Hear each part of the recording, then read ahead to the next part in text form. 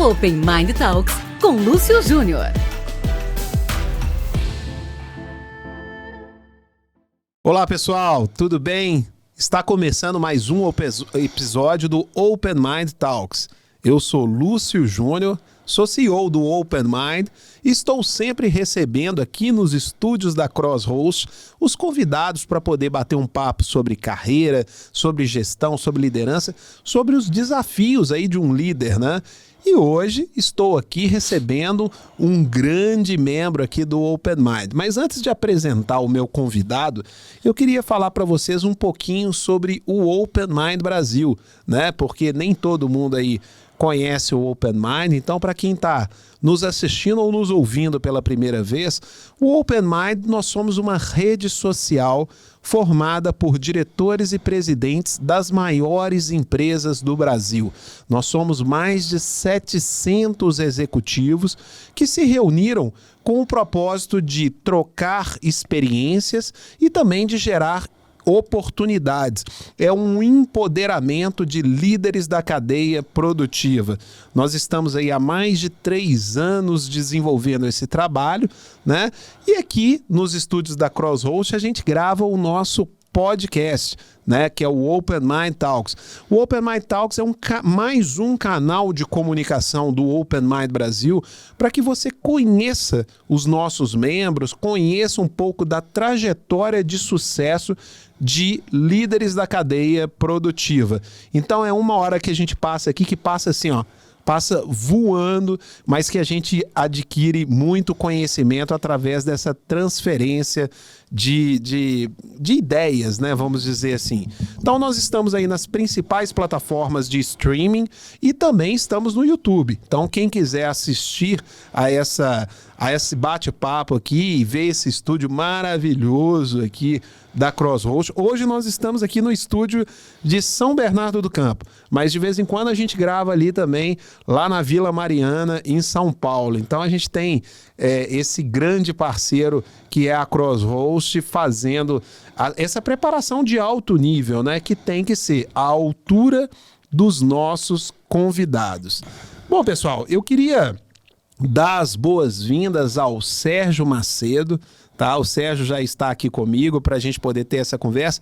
Sérgio, é um prazer ter você aqui, obrigado e espero que você curta essa hora aqui que vamos passar juntos. Sem dúvida, eu que agradeço, é uma honra aproveitar para parabenizar a coragem e o profissionalismo de ter montado o Open Mind Brasil. Estou muito orgulhoso de participar. Tem sido enriquecedora as conversas, realmente eu recomendo a todos os meus pares e amigos e poder trocar informação, aprender é sempre enriquecedor. Então eu que agradeço o convite. Muito legal, Sérgio, vindo de um profissional como você, que o pessoal aqui vai conhecer agora, isso para nós só nos mostra que estamos aí no caminho certo, né? Mas, ô Sérgio, eu vou te pedir licença, porque, como de costume, eu faço uma apresentação formal aqui dos nossos convidados. Só que a nossa conversa aqui não tem nada de formalidade, somos amigos, né? Mas eu preciso fazer com que o público te conheça antes da gente poder bater esse papo aqui.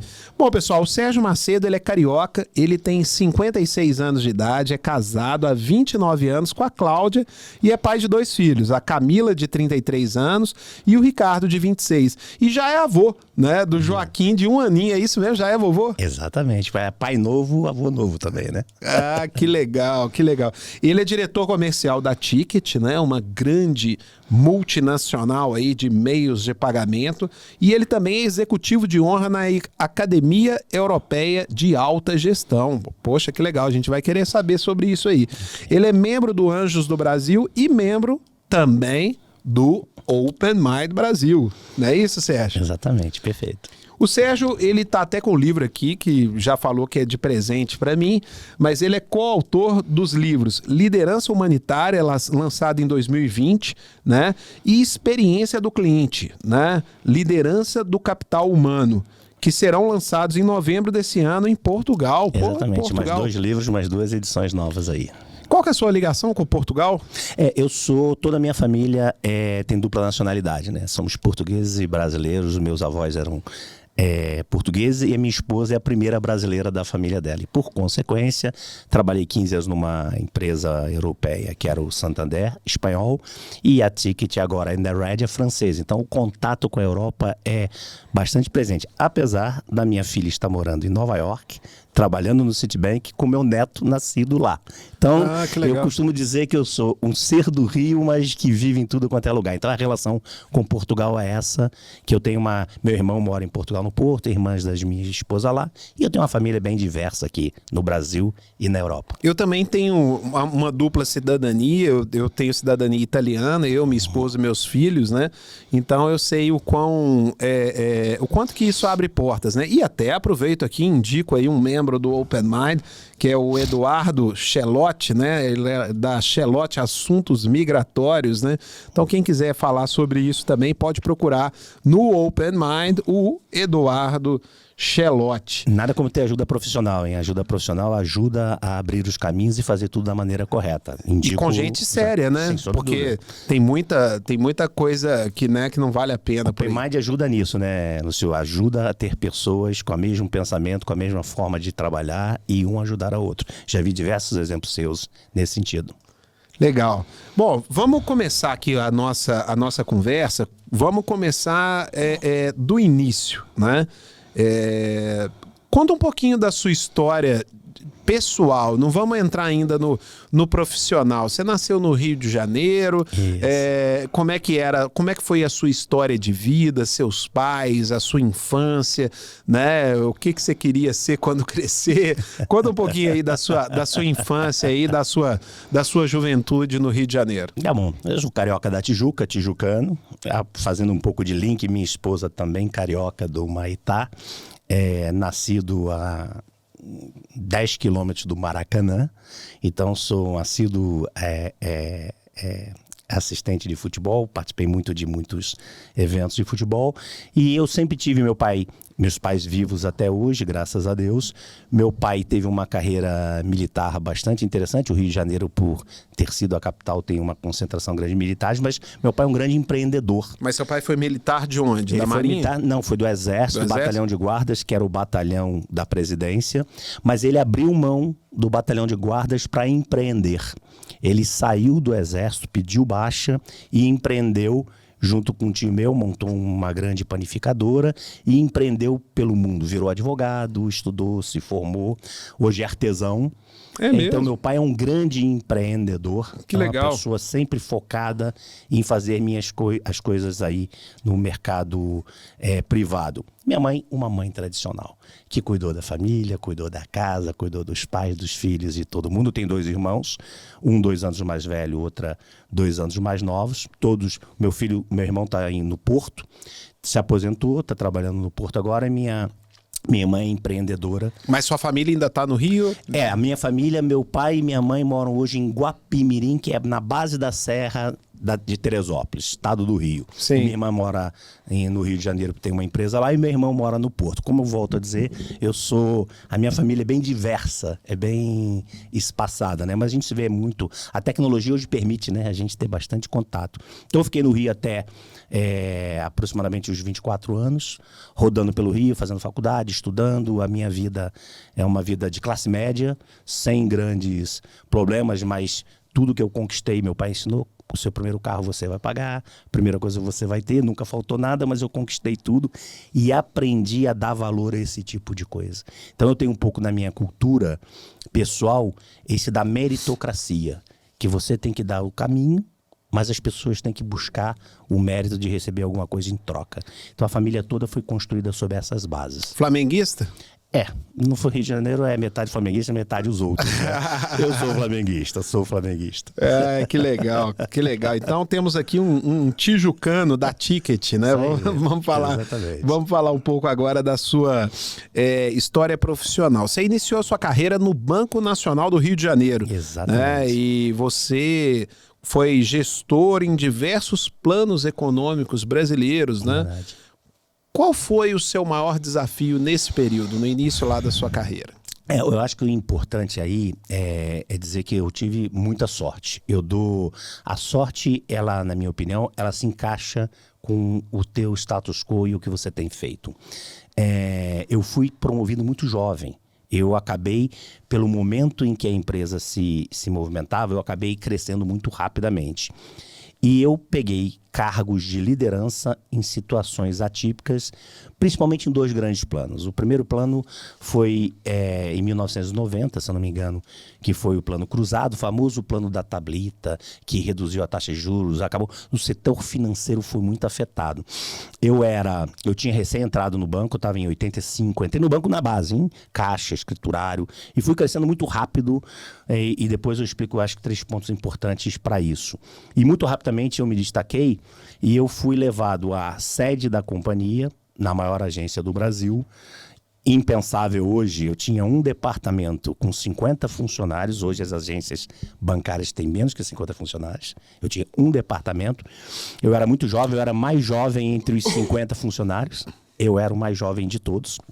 Naquela época eu tinha, se eu não me engano, algo como 22, 23 anos. Assumi essa área. 2 meses depois veio o plano cruzado. E o plano cruzado mudou toda a dinâmica do negócio, inclusive a dinâmica financeira. O grande desafio aí foi que nós tínhamos que desligar 20% do quadro do banco, porque foi um efeito cascata em todos os bancos. Imagina um jovem de 22 anos, com todos mais velhos que você, recém assumindo uma área, ter que demitir 20% das pessoas. O Banco Nacional, ele veio a se tornar um outro banco? Ele foi incorporado pelo Unibanco. Ele foi incorporado pelo Unibanco. Então, o grande desafio aí, eu acho que a grande passagem é, como eu estava há pouco tempo, era muito jovem, quiseram me apoiar pela área de recursos humanos, vamos fazer isso juntos. Eu falei, não, vamos fazer o seguinte, todo mundo sabe que vai ter que demitir as pessoas. Não era, todo mundo achava, nas companhias às vezes acontecem isso, né? É um segredo aberto. A chefia acha que é segredo, mas sabe que todo mundo sabe. Eu falei, como todo mundo já sabe, que é público, que a companhia vai ter que em todas as áreas fazer esse desligamento, e como todo mundo já sabe, deixa eu ser honesto com a equipe. Vou reunir 50 pessoas e vou dizer, por causa do cenário ABCD, vamos ter que fazer isso. Alguém está disposto a sair? Eu fiz o primeiro PDV sem existir. Alguém está direcionado a sair? Alguém estava com algum emprego fora? Porque se alguém quiser sair, facilita o trabalho, para eu não desligar alguém e amanhã alguém sair espontaneamente. Eu tinha que desligar 15 pessoas. 8 levantaram a mão e falaram, opa, se você me demitir é bom para mim. Tenho 10 anos de empresa, eu quero fundo de garantia, eu preciso sair, então tirei grande parte do meu desgaste. Depois me reuni com os 2 líderes que eu tinha abaixo de mim e fizemos um trabalho de 1 semana avaliando detalhadamente todo o sistema de avaliação das pessoas. Quem produzia mais, quem tinha melhor condição social, quem estava mais preparado para ser desligado, tinha 1 semana para fazer, e chegamos em comum acordo em dizer quem seriam as pessoas que deveriam sair, porque era inevitável, se eu não fizesse, alguém faria. Então, eu sempre me preocupei em fazer da melhor maneira possível e da maneira mais transparente possível. Mas impressionante, com 23 anos, a primeira experiência profissional e já esse pepino, hein? É um pepino, mas tem uma coisa, Lúcio, que eu acho que foi o mais relevante. Pegamos as pessoas que tinham menor produtividade, lembrando que naquela época nós não éramos tão eficazes em medir essa produtividade. Então nós pegamos os melhores indicadores possíveis e também vimos pessoas, e aí entrou um outro ciclo que eu gosto de dizer que não são sugestões minhas. Um dos meus liderados falou o seguinte, não dá pra gente tentar repor essas pessoas no mercado? Eu falei, que legal, 8 saíram espontaneamente, 7 nós vamos decidir, mas vamos assumir o compromisso de tentar recolocá-los? Ok. Demitimos as 7 pessoas, tentamos recolocar, em menos de 3 meses recolocamos 5 e 2 decidiram empreender.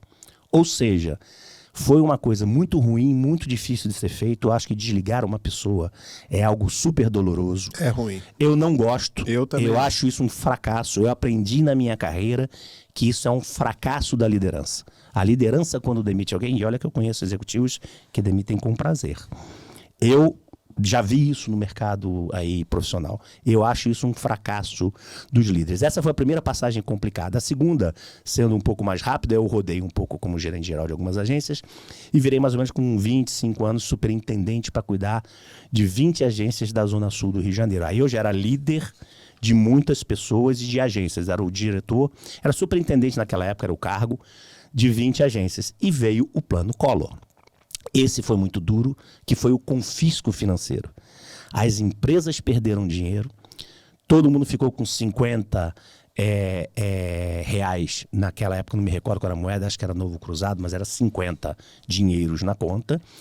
Pessoas que venderam sua casa, estavam negociando a compra da outra, ficaram com seu dinheiro preso. Houveram suicídios de clientes. Pessoas se suicidaram porque perderam todos os recursos, não conseguiam pagar seus funcionários.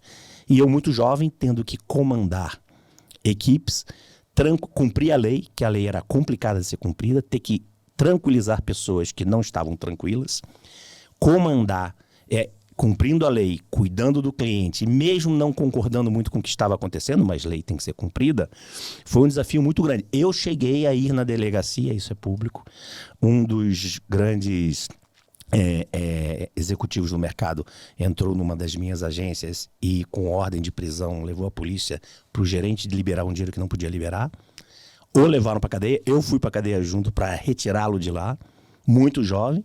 Então foi muito impactante. A gente conseguiu passar por essa fase muito difícil, mas foi uma questão humanitária, de você olhar como o setor financeiro, que deveria apoiar o sucesso dos seus clientes, a melhoria do status quo, você perceber um grande impacto na economia. Muito difícil, a gente conseguiu passar por isso, todos nós passamos, né? Mas foram 2 momentos de muito aprendizado, porque isso durou por consequências por anos afins, né? Serjão, e você falou aí, se tornou superintendente, né? Que é o equivalente aí. Os bancos têm essa nomenclatura, né? Perfeito. De superintendência, mas é o equivalente a um diretor. Você se tornou diretor com 26 anos, né? Perfeito. E como foi para você nesse período, né? Tão jovem, com uma posição tão importante num banco, né? Ter que ficar se provando o tempo todo para colaboradores, para liderança. Você resgata um pouco disso daí. Essa foi uma história bastante interessante. Eu tenho como princípio sempre tentar entender o lado do outro. Quando eu virei diretor, que foi em Ribeirão Preto, foi a minha saída do Rio de Janeiro, depois da passagem na Zona Sul, com muito sucesso, eu acabei virando diretor, deixando de ser superintendente, indo para o interior de São Paulo. Morando sozinho, saindo da casa dos pais, morando em Ribeirão Preto, cuidando do Triângulo Mineiro, sul de Minas e interior de São Paulo. Onde, mais uma vez, 95% dos gerentes gerais em que eu era diretor eram mais velhos do que eu. Então, a primeira coisa que eu fiz nesse sentido é mostrar que as companhias têm direção. As companhias têm o princípio, o conceito. Mostrar alinhamento a isso e escutar as pessoas. Ser parte do sucesso de cada um. É muito, muito comum escutar em frases aí de efeito que o teu sucesso vem do sucesso da sua equipe. Mas normalmente as lideranças pensam que a sua equipe serve a você para o teu sucesso. Eu acho que é o contrário mesmo. Então eu peguei as 80 agências que eu tinha e comecei a entender profundamente como cada uma delas e qual era o sonho de cada um, profissional e pessoal. Quer dizer, eu vou aqui para te ajudar. Se você tiver sucesso, eu tenho sucesso. Então vamos trabalhar juntos. Vamos buscar isso, isso e isso. E peguei experiências de diversos executivos e comecei a usar como modelo. As pessoas, na minha opinião, elas percebem quando você tem gestos que de fato se direcionam do que você fala. Esse é um efeito que eu acho que é fundamental. Com muito pouco tempo, as lideranças no Brasil, eu digo que ainda sofrem um pouco desse mal de demonstrar com gestos o que pensam. Você começa a ser comparado. Ou é verdade, ele falou que ia fazer aquilo e ele está fazendo. Ou ele falou que aquele era o conceito e ele aplicou. Exemplo, frases que eu gosto de usar. Crítica no privado. Elogio responsável em público. Por que responsável? Porque elogio mal feito é tão ruim quanto uma crítica. Porque você elogia um ser humano, 90% está chateado porque não foi a ele. Então você tem que deixar claro, quando fizer um elogio, você elogiar com responsabilidade. E a crítica, ela tem que ser feita. Num cargo de direção, você tem que criticar. Mas criticar no privado permite a pessoa responder, esclarecer, dividir e até aceitar. Uma crítica no público é a pior coisa que alguém possa fazer. Eu sempre usei esses princípios o tempo todo e eu fico me reciclando e relembrando esse conceito. Situações ruins que eu passo a vida toda e todo executivo passa, momentâneas, por diversas vezes eu falei, falamos depois, próximo passo, vamos debater isso, porque eu sinto que eu não quero usar o crachá. Eu não precisei usar, poucas vezes eu tive que usar o crachá na minha vida. Já usei algumas vezes, mas poucas vezes. Eu sou mais pela conciliação. Então, esse meu jeito me credenciou a ir crescendo o tempo todo e com muita velocidade. E já aos 29 anos de idade, você assumiu a diretoria do Banco Nacional no Paraguai, né? Perfeito. E a sua missão lá era redesenhar o banco, né? Com constantes prejuízos. Sim. E pelo que eu entendi aqui da sua biografia, você teve sucesso, inclusive o banco hoje ele tem a liderança absoluta no mercado. Qual foi a estratégia que você usou aos 29 anos de idade como diretor no Banco do Paraguai?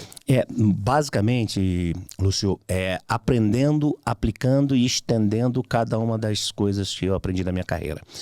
No interior de São Paulo, eu apliquei o que eu fiz na Zona Sul do Rio de Janeiro, que eu apliquei o que eu fiz nas agências que eu toquei. Corrigindo, aprendendo e melhorando. Eu fui credenciado para ir para o Paraguai tocar aquela operação exatamente por causa disso, porque havia tido um sucesso bastante importante na Zona Sul do Rio e depois no interior de São Paulo. O banco era um banco deficitário há muitos anos, isso é público. É um banco que tinha custos de banco de varejo e volumes de negócio de atacado, então a conta não fechava. E a decisão do banco temos que mandar alguém com cabeça disruptiva para redesenhar o banco, criar um modelo de varejo, fazer o banco mudar a forma comercial ou transformá-lo num banco de segundo piso, uma agência num prédio e reduzir o banco. Todo mundo sabia disso. E é um desafio que eu não podia deixar de aceitar. Quer dizer, como é que não posso eu ir para um país externo e construir uma nova companhia? Então, mas só para eu entender, como é que veio essa proposta? O banco, como ele tinha uma estrutura de custos de varejo, de banco de agências, mas o nível de negócio não comportava aquela estrutura, ele tinha que crescer. Ele não tinha opção a não ser expandir os negócios. Ele não vinha conseguindo, em função de produtos, marketing, inteligência de negócio, ele não conseguia crescer e ele era deficitário. Como o que nós havíamos aplicado, obviamente, com muitos ensinamentos que o banco me trazia, no interior de São Paulo, que é muito maior que o próprio Paraguai, com muito sucesso, a fórmula se você fizer no Paraguai o que você fez no interior de São Paulo, vai dar certo. Nós vamos te apoiar, mas você vai lá. Só que é um outro mundo, é um outro país, é uma outra cultura. Lá eu toquei toda a operação, então eu fui RH, eu fui produtos, eu fui marketing. No interior de São Paulo era comercial. Mas é muito diferente o Paraguai do Brasil? Absolutamente diferente. Taxas de juros baixíssimas naquela época. O Brasil tinha uma inflação altíssima, então os bancos ganhavam muito com inflação. Os produtos nós não tínhamos nenhum. O maior concorrente nosso era o Citibank, um banco internacional americano. Então, lá nós brigávamos com bancos internacionais potentes. No Brasil, os bancos nacionais eram os bancos mais fortes. Então, a competição era uma competição diferente. Era mais difícil, porque lá já estava internacionalizado e o Brasil não estava. Então, foi mais complexo fazer essa mudança. Nós criamos um plano de negócio. Eu gosto muito de trabalhar duas frentes. A primeira é organização, metodologia, processo. Eu tenho uma experiência que você ter um plano ruim é melhor do que não ter um plano. Porque um plano ruim você vai aprendendo e vai melhorando. Um plano bom não tem nem o que se falar. Mas não existia um plano, não existia uma estratégia, não existia algo a seguir para ir ajustando. Então nós criamos um plano de investimento, novos produtos, novas formas de operar, novos sistemas, implantação de tecnologia. Naquela época não existia sequer a internet, mas nós criamos um home banking lá, proprietário, e não existia isso no mundo. Criamos do nada, foi o único banco a criar. E a segunda alavanca são pessoas. Eu realmente acredito que as pessoas fazem o que elas querem, elas fazem o que elas acreditam. Eu tenho algumas frases que eu gosto de dizer, falo muito em todas as regiões que eu trabalhei. Uma das minhas maiores missões é a segunda-feira ser tão boa como sábado e domingo. No dia que a segunda-feira de um colaborador meu não for tão boa quanto sábado e domingo, nós temos um problema. Porque ele fica... Bela filosofia. E eu trabalho muito nisso. Eu trabalho tanto que em todos os lugares que eu trabalhei, é público, nós somos sempre destaques absolutos no Great Place to Work. Agora é moda, todo mundo luta. Mas há 10, 15 anos atrás, era destaque absoluto, porque as pessoas veem que isso é legítimo. Eu gosto muito das pessoas. Eu acho que o ser humano quer ter sucesso, quer trabalhar, quer caminhar bem. Sempre uso algumas características que falam bem com o meu estilo, que ajuda a gente ter um sentimento de grupo. Mas eu acredito na alavanca das pessoas, na felicidade em que as pessoas têm que se sentir bem no que estão fazendo e numa estrutura profissional bem montada, porque só na boa vontade as coisas também não caminham. Tem que ter um processo bem montado. Essa foi a mudança que a gente fez no Paraguai. O banco saiu de 17º para 2º na minha gestão. Adoro dizer isso. Saí de lá e depois a gente vai comentar, retornando ao Brasil para outro grupo, e ele é primeiro. Eu não deixei primeiro. Eu deixei no caminho, mas o caminho do 2º para primeiro foi árduo também, e eu não estava lá. Foram outros gestores, mas eu me orgulho em dizer, deixei alicerces montados para quem assumisse pudesse fazer o banco continuar crescendo. Eu acho isso maravilhoso, poder dizer, o sucesso até aqui foi meu, daqui para lá foi outro. Todo mundo sabe que você deve ter montado algum alicerce para o 2º ter sucesso. E você morava onde, lá no Paraguai? Assunção. Assunção. Paraguai era muito pequeno, né? 4 milhões de habitantes. Basicamente era Assunção, Cidade do Leste e Encarnação. Basicamente 3 cidades. E aí, quando você vinha para o Brasil, trazia uns presentes, os regalos? Sempre, né? Eu dei sorte de ir para o Paraguai e o real estava valendo mais do que o dólar. Foi na época boa. A gente financeiramente foi interessante.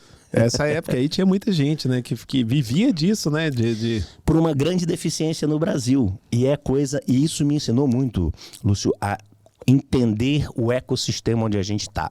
Entender como as coisas se movimentavam. Por que traziam tanta coisa do Paraguai? Porque no Brasil não tinha nada, não se deixava fazer nada, tinha que ser tudo nacional.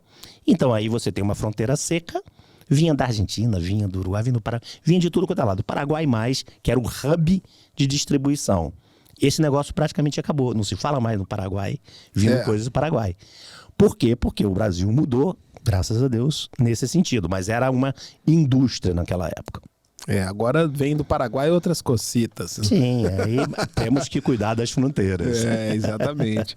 Mas você voltou do Paraguai em 2001, né? 2001. Depois de 15 anos no Banco Nacional. Já era Itaú nessa época? Foi Unibanco. Eu fiquei 7 anos como nacional e mais 8 anos como Unibanco. Unibanco no Paraguai. Entendi.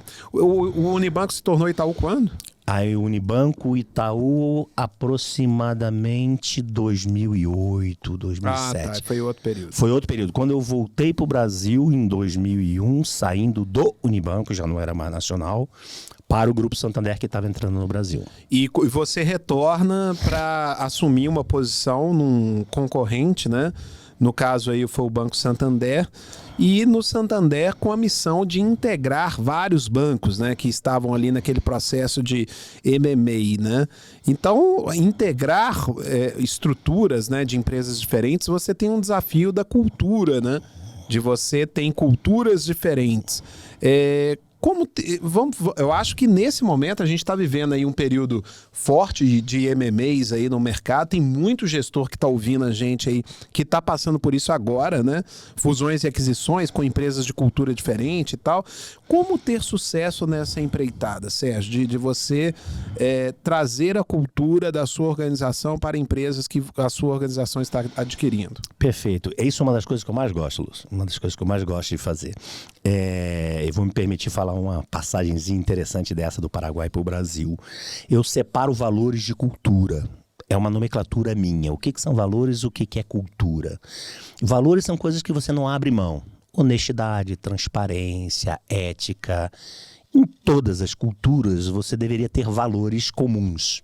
Pelo menos os básicos. Mas você não pode achar que a cultura é igual em todos os lugares. E nem sempre é melhor ou pior. Ela é diferente. Eu sou um ávido consumidor de cultura. Eu adoro. Quando eu fui pro interior de São Paulo, eu sou o flamenguista que não sou muito chato, tá? Eu sou o flamenguista que respeita todos os outros times. Perdemos ontem à noite por falar nisso. Tô aqui sorrindo. Palmeiras ganhou. Tô aqui sorrindo. Eu entendo que competitividade é bom. No Paraguai, uma das coisas, voltando, que deu muito certo foi respeitar a cultura. Essa passagem é boa. E eu tenho falado isso em diversas palestras que eu dou. Minha esposa foi grávida no Paraguai. Ela ficou grávida em Ribeirão Preto. Quer dizer, minha filha é do Rio de Janeiro. Minha esposa ficou grávida em Ribeirão Preto. Mas nasceu no Paraguai, não? Tínhamos que tomar a decisão. Isso é que é importante. Eu vou contar isso para você agora. Já contei em alguns fóruns, né? E perguntei quando eu cheguei no Paraguai, minha esposa estava recém-gravidez, né? Fomos ao Paraguai escolher a casa para morar. E perguntei, e aí, o hospital, como é que funciona aqui? Para os brasileiros, para os estrangeiros que a gente tinha contato. A mensagem na época foi Varig. Melhor hospital do Paraguai é Varig. Eu falei, ué, mas por que Varig? Não, pô, você é o diretor de banco, vai ter teu filho aqui? Você pode ir para o melhor hospital de São Paulo. A primeira coisa que me veio na cabeça é assim, mas nascem tantos paraguaios aqui, tanta gente paraguaia nasce, por que meu filho não vai nascer aqui? Falei com a minha esposa e olha, estão sugerindo isso, eu não gosto da ideia. Na hora ela falou, calma, não, nós vamos ficar juntos, eu não vou ficar 5 meses longe de você. Você no Paraguai trabalhando sozinho, eu sei te apoiar, o filho vai nascer no Paraguai. Então o Ricardinho, meu filho, nasceu no Paraguai. Isso culturalmente foi um impacto brutal, porque nenhum executivo estrangeiro de grande companhia tinha seus filhos no país.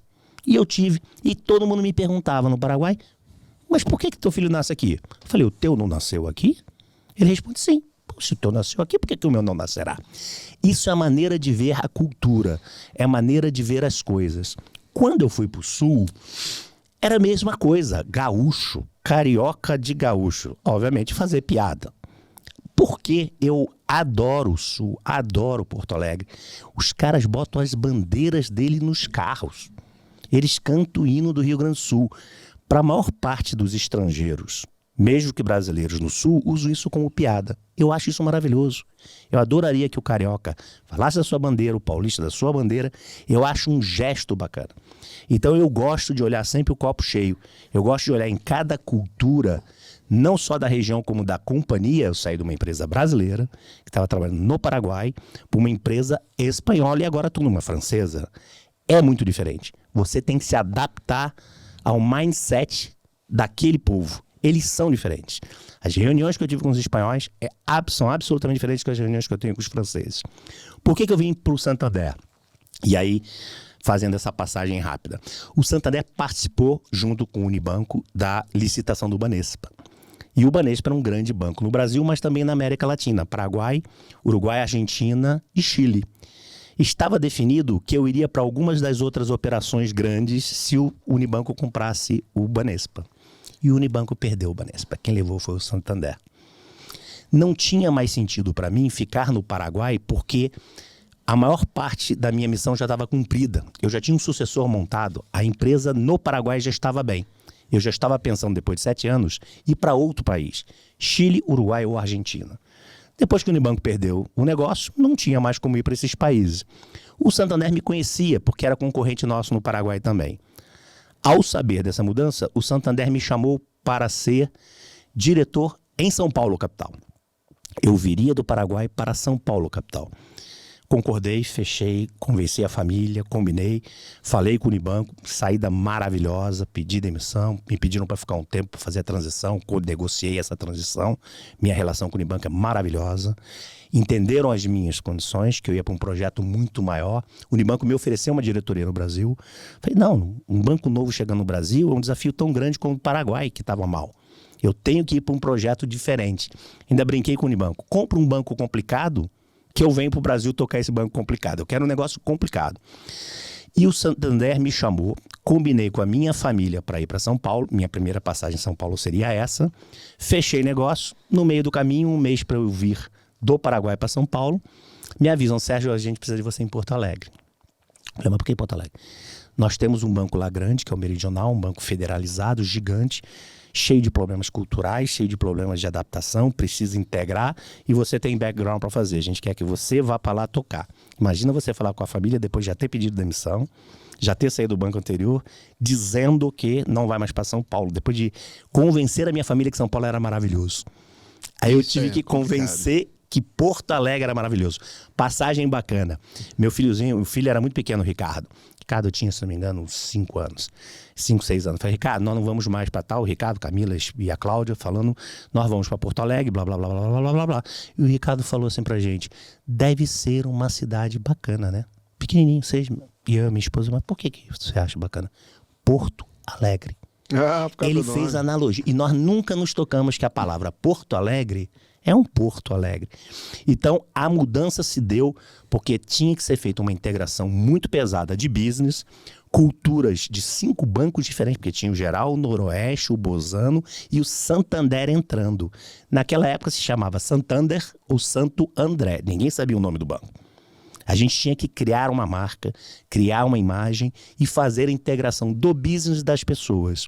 Como eu gosto muito dessa questão cultural, eu aceitei o desafio e fui muito feliz. Tanto que fizemos um sucesso espetacular, conseguimos a integração, passamos muitas dificuldades, eu não vou falar os tombos que eu tomei. Foi difícil fazer, mas hoje, no Sul, todos me chamam de Sérgio Macedo Tchê. Eu virei meio gaúcho. Eu adoro o Sul, eu sou um dos caras da bandeira do Sul, eu fui apaixonado, depois toquei Paraná, Santa Catarina e Rio Grande do Sul, a gente vai falar, mas eu sou um cara apaixonado tanto por Ribeirão Preto, Assunção como Porto Alegre. Mas a integração cultural foi muito difícil? Duríssima porque era a integração não só cultural entre bancos e entre empresas do Brasil, que era o Banco Geral, Noroeste, Meridional e o Banespa colateralmente, como era incutir a cultura espanhola. Então não era o baiano com o mineiro com o gaúcho só. Tava vindo o argentino por cima. Então era pegar todas essas 3, 4 culturas e inserir uma cultura outra, uma nova cultura. Isso era muito difícil e nenhuma dessas era minha. Eu era um carioca que tinha morado em Ribeirão Preto e no Paraguai. A coisa mais importante, Lúcio, na minha visão, é você sempre, eu volto a isso, olhar o copo cheio. O que o gaúcho tem de bom? O que o Noroeste tinha de bom? O que o Meridional tinha de bom? O que o Santander tem de bom? Vamos potencializar isso. Um banco internacional investindo muito dinheiro no Brasil, querendo implantar a metodologia, apostando na gente, garantindo emprego. A mensagem é boa. A mensagem é legal. Tá bom, o espanhol é meio duro, meio seco. Ele não é que nem um carioca que tem jogo de cintura. Quando eu conversava com eles, eu era o menos carioca possível. Porque eles não entendem o jeito carioca de ser. Não é que eles não gostam, eles não entendem. Então eu era meio espanhol falando com os espanhóis, do jeito deles. Então foi muito difícil, mas vamos lá, foi um sucesso estrondoso, tanto que eu voltei a rodar e voltei para a região em um outro momento. E esse desafio cultural é, como é que fala? Você fazer a consolidação de uma cultura em empresas diferentes. Tem até uma série, um filme, né, que está na Netflix aí, que conta o desafio da Boeing, né, que inclusive conta aquela passagem dos acidentes que tiveram, porque a Boeing, uma empresa com cultura de segurança, adquiriu uma empresa que visava somente o lucro, né? Então, é uma história também que eu recomendo aí, quem não assistiu, assistir. Esse desafio de integração cultural e os impactos que isso pode ter na vida aí das pessoas, né? Mas você, depois de toda esse trabalho aí no Santander, você assume como primeiro executivo, como vice-presidente comercial na GetNet, né? Com o desafio de um crescimento, né? Fazer um crescimento forte na GetNet. Como você implantar essa estratégia de crescimento, né, ao mesmo tempo preservando as características de uma startup, as características positivas que tem uma startup? Acho que, inclusive, muitos aqui devem também se identificar com esse desafio, né? É verdade. Um passo atrás, o pessoal brinca que eu gosto de me meter em confusão, né? Eu gosto de arrumar confusão. Por exemplo, a GetNet é uma empresa gaúcha, de Porto Alegre. Quando eu era o diretor do Sul, pela primeira passagem que eu tive lá, eu sentia que o banco tinha uma grande debilidade, porque o negócio de acquire, de adquirência, a gente vendia produtos dos nossos concorrentes, Redcar, Cielo e afins. E eu sentia, e eu montei essa operação no Paraguai também. Lá eu montei a Bancar, eu montei uma empresa de acquire para o nosso Banco Interbanco lá ter sucesso, a gente diversificou. E uma das coisas que eu fiz foi virar conselheiro de administração de uma empresa que 11 bancos compraram e o nosso foi um deles. E eu fui um dos gestores para essa compra.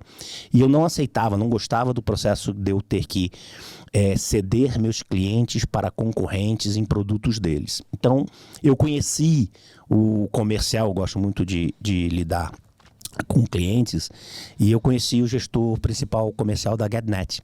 E eu levei para o Santander, para o board, dizendo o seguinte, ó, essa empresa a gente deveria comprar, que essa empresa complementa o nosso business.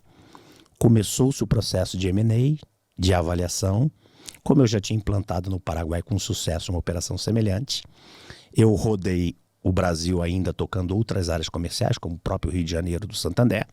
Depois de fazer todo o processo de M&A e de aquisição da GetNet, eles fizeram assim, não, se a gente comprar de fato a GetNet, o Sérgio vai ser o executivo que vai tocar a operação comercial da GetNet. Sabe fazer, foi quem indicou, quem trouxe a operação, tem o know-how de tecnologia de pagamentos, eu trabalhei nisso bastante no Paraguai também, e no próprio Brasil.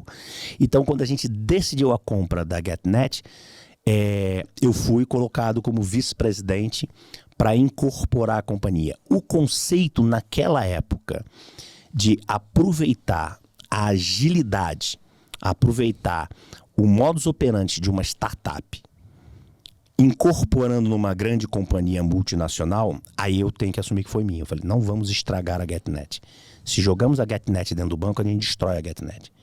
Porque ela vira um bicho pesado e o banco é muito pesado para tocar isso.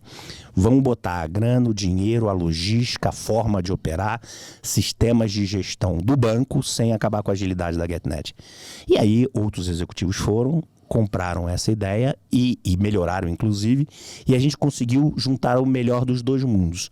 Abrimos mão de algumas coisas sempre, mas conseguimos fazer essa adaptação. Então foi muito positivo. Um trabalho de expansão. Eu acho que todo business que olha para a expansão, ele pode nos trazer um resultado bacana. As pessoas gostam de vencer, as pessoas gostam de crescer, as pessoas compram projetos positivos. Se você tiver um projeto desse tipo com credibilidade, as pessoas embarcam, elas se doam. E a GetNet foi isso. Saímos de um market share de 2% no mercado, tocando a quase 12%, hoje 15%, é uma das grandes do mercado, se consolidaram e complementaram a operação do Santander, olhando exatamente esses dois prismas, entendeu? Mas esse, de fato, vem sendo um grande desafio, né? As empresas, elas querem crescer, né? Mas, ao mesmo tempo, a startup, ela tem essa característica da agilidade, né? Das decisões rápidas. E, às vezes, você, na estratégia do crescimento, você confronta com paradigmas que podem realmente engessar o negócio, como, por exemplo, a entrada de um investidor, de um fundo, né, controlador, que aí tem a ver até com o que Sim. nós falamos anteriormente, cultural, né? Tem uma cultura menos ágil de tomadas de decisão. Então, às vezes, você, para crescer, você precisa de tomar uma decisão rápida e correr mais riscos, né? Mas o seu parceiro, né, o seu novo parceiro, o seu sócio, às vezes ele não tem tanto apetite assim para assumir risco. Então gera um paradigma, né? Eu acho que uma analogia que poucos fazem, para mim eu acho que é como um casamento. Eu sou longevo. 15 anos Nacional do Banco, 15 anos Santander GetNet, 29 anos casado, faço 30 em fevereiro. Eu acho que você tem que ter questões bastante sólidas e bem montadas do que você quer. As startups, em geral, eu costumo ver que o conceito, os valores, a missão não são as mesmas dos dois stakeholders. Um bota dinheiro para ganhar mais dinheiro e o outro quer um projeto para transformar em dinheiro. E nessa hora você começa a ter conflitos. Gera conflito. Um barra o outro, né? Exatamente, que é aquele negócio, se o cliente de fato é o motivo de eu trabalhar, eu tenho que encantá-lo e o ganho tem que vir como uma consequência. Sem romantismo. Sabemos que finanças são finanças, mas isso funciona. Quando você pega uma startup e um investidor, um fundo, eu sou investidor anjo, eu tenho investimento em startups. Eu fiz uma startup, inclusive. Você tem que ter valores muito fortes e tem que ter uma perseverança muito grande em deixar claro qual é o caminho que você quer trilhar. E se alguém quer investir, tem que saber que é naquele caminho que você vai. Se for muito bem combinado antes, a chance de ter problema é baixo, nunca zero. Se não ficar muito claro, qualquer desvio de qualquer uma das partes quebra o elo de confiança. E aí vira um problema bastante grande. E startup é isso, né? A gente muitas pessoas querem investir em startup, né? Principalmente aqui os executivos do Open Mind têm essa vontade, né, de investir em startup. Outros criaram startup e querem investidores, mas é muito importante a gente analisar as características dos dois lados, né? A cultura do seu investidor ou da empresa que você quer investir, porque às vezes é incompatível, né? E você pode realmente estar trazendo para você uma barreira ao desenvolvimento, à agilidade, né? Mas quando eu falo de startup, eu também vejo que você acabou de falar, você também criou uma startup. Criei. É Wink que fala? Wink era web inovando, integrando clientes e negócios. Que ano foi isso? Isso foi na saída da GetNet. Eu fiquei, como é tradicional, foi uma saída muito bem feita, muito bem estruturada, um momento bom para ambos, tanto para mim como para a companhia. Eu fiquei um ano em não compete. E esse ano o meu sabático foi montar uma empresa. Falei, quero montar uma empresa de internet. Então eu montei uma empresa que ela tem um produto chamado Boca a Boca, BOKA, que é um programa de loyalties. Tem inclusive no YouTube os vídeos aí, empresas e tal. Fiquei numa sala fechada com 4 desenvolvedores, cada um com um modelo, desenvolvendo, criando no nada, criando filmezinhos, desenhando, falando com o cliente. Quer dizer, eu fui um empreendedor de fato, investindo capital numa companhia do zero, numa ideia que era um programa de loyalties. O programa funcionou bastante bem, eu ainda tenho as marcas comigo, a Boca a Boca, www.bocaboca.com.br, tudo é meu, só que eu fiz uma negociação com uma grande companhia para ter o fonte da operação. Essa operação nós ganhamos, nós fomos bastante competitivos nesse negócio, não se concretizou porque são as questões das grandes corporações. A companhia queria comprar, mas não chegou nos valores adequados. Mas, por outro lado, contrataram os meus serviços e eu comecei a virar executivo dessa companhia. Já que eu não posso comprar teu negócio, te quero como executivo. E aí eu migrei para executivo. Então foi uma experiência maravilhosa. Para qual empresa foi? A Ticket. A Ticket. Então foi assim que começou a sua história na Ticket. Eu fui na Galcor para montar um modelo com Zé Hermínio Moraes e Francisco, que era para dar uma gestão corporativa e fazer a transição para a Ticket. Eles me conheceram através da Wink, que tinha um produto boca a boca, e a partir daí eles me chamaram para redesenhar todo o modelo comercial da companhia. E hoje você está na Ticket com esse desafio aí de crescimento comercial, transformação digital e etc, né? E a Ticket é também uma grande empresa. Como é que tem sido esse desafio, cara? É muito, muito grande. O importante é que cada um deles é diferente, né? Nunca é igual, nunca é a mesma coisa, né? A Ticket é uma empresa pioneira, foi pioneira no Brasil no tema do PAT, a marca é sinônimo de ticket de refeição e alimentação, uma empresa francesa. Aprendi a lidar com uma nova cultura, uma empresa maravilhosa. Great Place to Work, eu gosto de dizer coisas que eu não fiz. A Ticket, junto com Magazine Luiza e o Grupo Accor, por acaso, são as únicas empresas que são Great Place to Work ao longo de todos os anos que o Great Place to Work existia. Por coincidência, todas as 3 deixaram de ganhar o prêmio uma vez só, em anos diferentes. Das 26 edições, tanto a Ticket como a Magazine Luiza como a Accor ganharam 25 prêmios. Anteontem nós ficamos em 2º lugar em São Paulo, da 2ª melhor empresa a trabalhar no nosso grupo. Que eu gosto de dizer que eu estou há 4 anos e meio, eu tenho mantido sempre, metade da companhia são minha equipe, eu tenho mantido a posição de Great Place to Work. É maravilhoso, porque é um esforço mais digital, mais inovação, um mercado que está sendo bastante digitalizado, com visão diferente de novos serviços e produtos, coisas que eu fiz em dimensões diferentes em outras passagens, tanto no Paraguai como no Santander e no próprio Banco Nacional. Então o desafio sempre passa pelo fator humano e pelo fator do que você quer e o que você precisa fazer.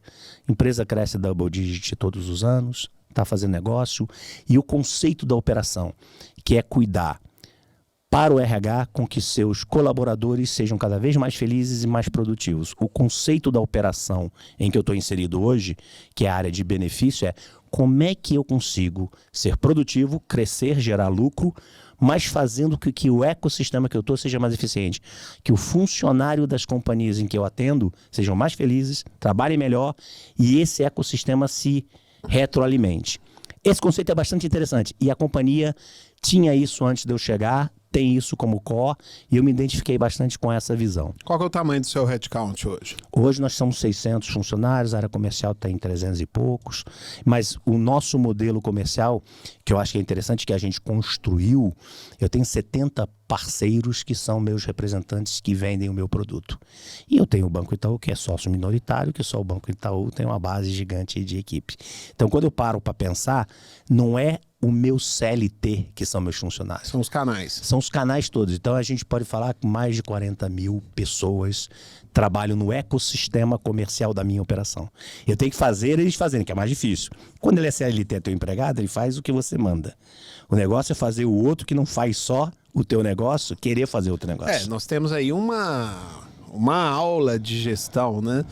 Como gerar uma liderança para uma liderança inspiradora, motivadora para os seus colaboradores, mas também como liderar terceiros para fazer com que as pessoas que não estão sob a sua régua, batuta, que elas façam aquilo que você espera delas, né? Porque da mesma maneira que você tem um mercado que ele é competitivo, com colaboradores, né, que você tem a transição profissional, você imagina para um parceiro, né? Então você precisa estar motivando o seu parceiro, treinando, capacitando. É muito difícil isso aí? Complexo, super complexo. Você tem que... A forma do sucesso, eu também fiz isso na Get dentro do Santander, mas é dentro do mesmo grupo, né? A fórmula que eu acho que eu tenho que fazer é muito difícil você conquistar o status do seu produto ser um produto que o comercial, o parceiro queira vender, queira ter. Você tem que tentar transformar o seu produto em algo tão simples, tão fácil, tão desejado, a ponto dele ser um produto que apoia ele vender os outros. Não que você seja um forçador de barra por metas, remuneração variável, o que seja, para ele vender à força. O comercial, ele vende... Eu tenho uma frase... Lúcio, que eu gosto de dizer, comercial quando não confia no produto, não confia na operação, não confia no que ele vai fazer, não é que ele não vende. As pessoas falam que ele não vende. Eu dou um passo atrás, ele não oferece. Porque se ele oferecer e der um azar e o cliente quiser comprar, olha a confusão que ele se mete. As pessoas têm uma certa trava, né, de ofertar os seus produtos. Sem dúvida. Aqui no Brasil parece, né, que tem uma cultura de que ganhar dinheiro é feio, né, ruim. Querer vender as coisas é vergonha. Terrível. E tem que dar valor ao que você faz, porque você está apoiando, como eu gosto de dizer, há um ecossistema para ele melhorar e se retroalimentar. Então, fazer com que um canal, um parceiro, olha assim, esse produto é bacana, construíram para me ajudar. Eu quero vender que isso vai me ajudar a ter sucesso. Todo mundo quer ter sucesso. Eu acho que esse é o caminho. Então vamos fazer aqui, eu vou fazer uma de entrevistador. Estou aqui entrevistando o candidato à vaga Sérgio Macedo, né? Você falou aqui de todas as suas passagens, passagem internacional, ocupou posições de destaque em grandes organizações, teve sucesso, trabalhou na maioria das empresas GPTW, né? Great Place to Work. Me fala o seguinte, Sérgio, na sua visão, qual é o seu maior diferencial? Eu tenho 3 coisas que eu falo em todo mundo que eu entrevisto. Eu busco sempre 3 coisas. É sempre fácil. Todo mundo que vai ouvir me conhece. Eu falo isso desde que eu comecei a trabalhar. As pessoas têm diversas aptidões e características, mas 3 eu busco ter.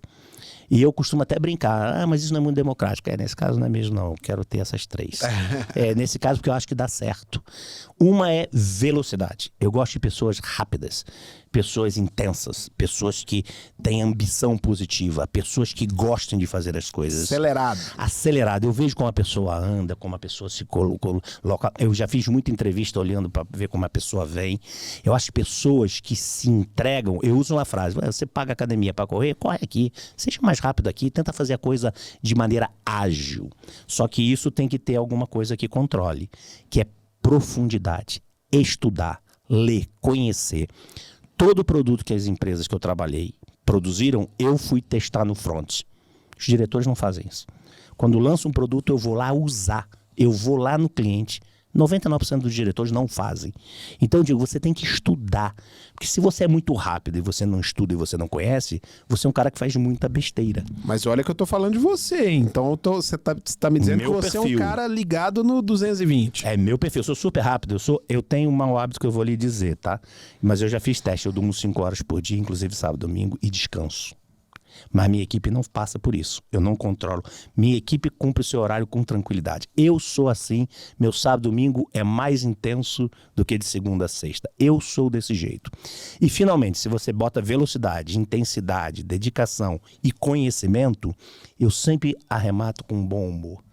Vamos ser legal, vamos dar bom dia para o assessor, vamos dar bom dia a quem pega o carro, vamos dar bom dia para as pessoas, vamos ser agradáveis. As pessoas gostam disso. Se você é muito rápido, muito intenso, domina muito e é agradável, as pessoas gostam. Mas você é o tipo gozador, não? Bastante, agora mais controlado, porque o mundo está um pouquinho chato. É verdade. Então eu tenho muito, mas nessa linha, né? Em respeitar os outros, eu tomo bastante cuidado. Eu sou heavy user de apps, de sistemas de redes sociais, mas com muito cuidado. Eu sei o que eu posso botar, eu respeito as pessoas, eu respeito as diferenças, eu respeito tudo. Mas essas 3 coisas, Lúcio, é o que eu sou. Se você quer, o que Sérgio é? Cara super rápido, super intenso, está em todos os lugares, ao mesmo tempo, fazendo um monte de coisa, com muita metodologia, estuda muito, é muito profundo, mas estou sempre rindo. Já fui criticado na minha carreira, hein? Já fui criticado na minha carreira porque estava... Falta de seriedade? É porque eu já tive um vice-presidente, eu vou falar o milagre, mas não vou dizer o nome do santo, que um dia me criticou pessoalmente, gostava de mim, porque eu comemorei demais ter ganho uma campanha comercial no banco que eu trabalhava. E ele falou, se você fosse um pouco mais duro, você seria melhor ainda. Eu falei, será que eu não ganhei porque eu não sou tão duro assim? E as pessoas gostam? E aí ele olhou pra mim e falou, continua assim, já vi que você não vai mudar mesmo. Obrigado. Então, são passagens que eu digo que a gente toma uns tombinhos de vez em quando também, né? Não, mas eu acho que o bom humor é fundamental. Sem a gente tem que saber realmente levar as coisas com o senso de urgência que precisam ser tomados, ser acelerado, estar no ritmo ali para tocar a banda aí, né? Mas ao mesmo tempo a gente tem que dar risada, né? Tem que trazer a coisa para um lado mais leve. Eu também sou parecido. Eu te conheço nesse sentido. Uma frase que eu sempre usei, essa frase é minha.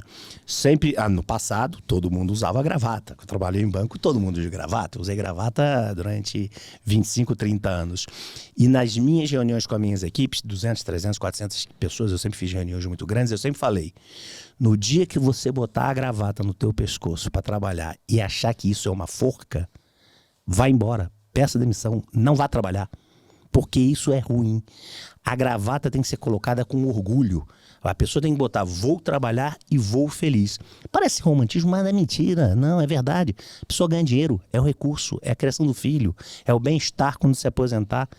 Tem que encarar trabalho como uma coisa prazerosa. Sempre quando o meu trabalho deixou de fazer um pouco de sentido ou não era tão prazeroso, eu comecei um passo para movimentar, seja inclusive dentro da própria companhia em que eu estou. Isso tem a ver com o que a gente está discutindo no Open Mind nesse mês, Setembro Amarelo, né? Que é a questão de saúde mental. Sem sombra de dúvida. Começa por aí. Você está fazendo alguma coisa que você está se tornando escravo apenas das algemas de ouro, né? Sem dúvida. Você tem que fazer o que você, literalmente, o que você gosta. Então, vamos para uma pergunta aqui agora já no viés diferente, né? Você foi o candidato, você passou aí na entrevista, um cara acelerado, um cara cumpridor de objetivos e ao mesmo tempo bem-humorado. Eu gosto muito dos bem-humorados. Mas e para trabalhar com você? Quais são qual é a principal característica que você fala, cara, isso aqui eu não abro mão para um candidato que queira se integrar ao meu time? É expansionista. Eu sou um cara de ataque. Se é uma empresa para fazer downsize, se é um modelo de gestão, eu não sirvo para ser contador de causos. Eu digo assim, os financeiros brigam um pouco comigo. Vocês ficam contando o que aconteceu. Não, eu faço acontecer. O número é consequência. As pessoas que trabalham comigo, elas são de características expansionistas. São pessoas absolutamente voltadas ao crescimento. Crescimento dentro das regras, sustentável, sólido, mas para o crescimento. Então, a minha equipe sempre é voltada por uma inquietação de redesenhar, redescobrir e alcançar objetivos. Objetivos, para mim, é o norte, que ele tem que ser superado, mas eu não consigo superar por vontade própria. Então, as pessoas que trabalham comigo são aquelas pessoas que são inquietas para mudar de vida, para melhorar. Eu olho a ambição pessoal. O que você quer ser daqui a 20 anos? Por que 20 anos? 20 anos. Não, 20 anos eu quero ser rico, ter dinheiro, ter uma família boa, boa saúde. Isso eu gosto. Vou te ajudar. Sabe que vai sofrer até lá, né? Sabe que tem que se dedicar muito para chegar até lá. Eu gosto muito do Giovanni Gávio. O conheço bastante bem, tá? Nosso grande atacante do vôlei. Sim. Ele conta histórias maravilhosas. O quanto é difícil ser um jogador de alta performance. Que todo mundo só vê ele ganhando a medalha e sendo rico nos padrões brasileiros, só que todo mundo esquece que esse cara não dorme, trabalha o tempo todo, treina muito mais do que joga, a gente só o vê no jogo. Disciplina. Total. E entrega física, o cara trabalha com dor. O atleta de alta performance, coisa estranha, né? O cara faz sofrer, ele sofre, ele sente dor. Nunca vi alguém achar que sentir dor é bom. Ele não acha bom, mas ele sabe que é necessário e ele se doa. Então eu acho que um colaborador, ele tem que se doar. Ele tem que dizer que ele faz sentido passar por algo que ele quer, não que alguém manda, para chegar a um objetivo final.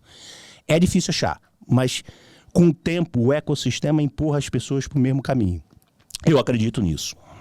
Serjão, aqui na pergunta final, a gente tem o costume de pedir ao nosso convidado, né, que normalmente são...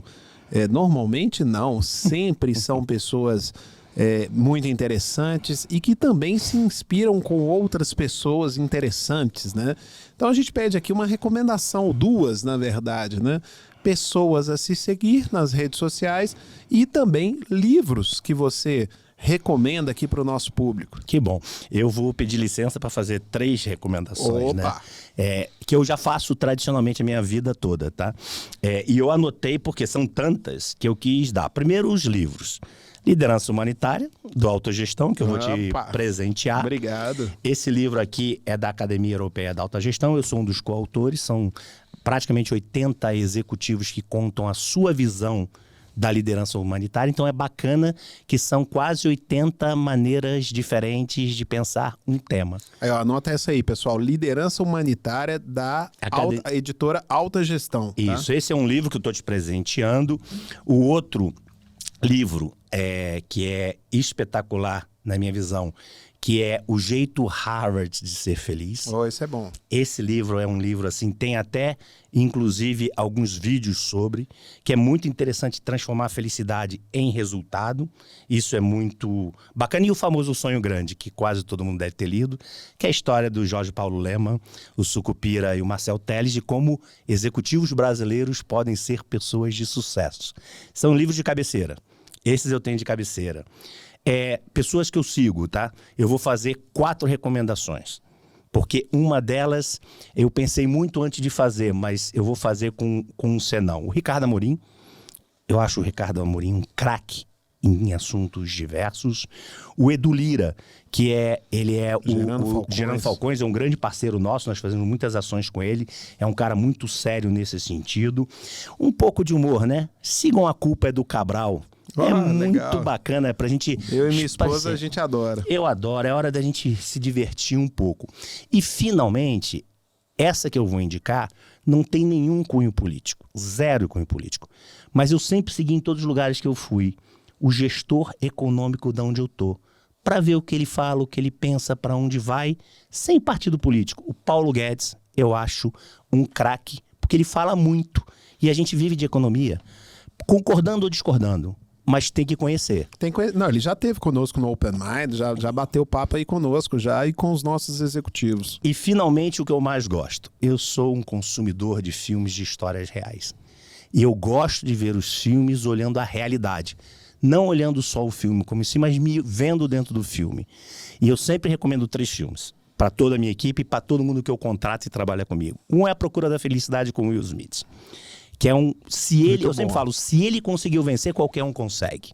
Ele tinha tudo para dar errado. E ele deu certo. Muito bom. Outro muito pouco conhecido é Duelo de Titãs com Denzel Washington. Bom também. Uma história verdadeira que, se ele conseguiu integrar pessoas tão diferentes e ter sucesso, é uma história verdadeira. Tem algumas cenas icônicas, né? E maravilhoso. E o outro é o Chefe.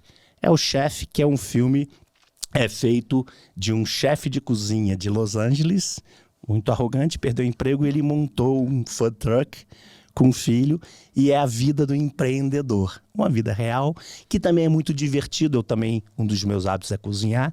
Cozinho muito, em quantidade, não necessariamente em qualidade. Opa! Mas eu sou um grande Esse filme eu não conheço, esse aí eu vou... Esse é muito bom. Chef, pode ver, é uma história super agradável, e eu sempre faço analogia profissional e pessoal em relação a isso. Muito bom.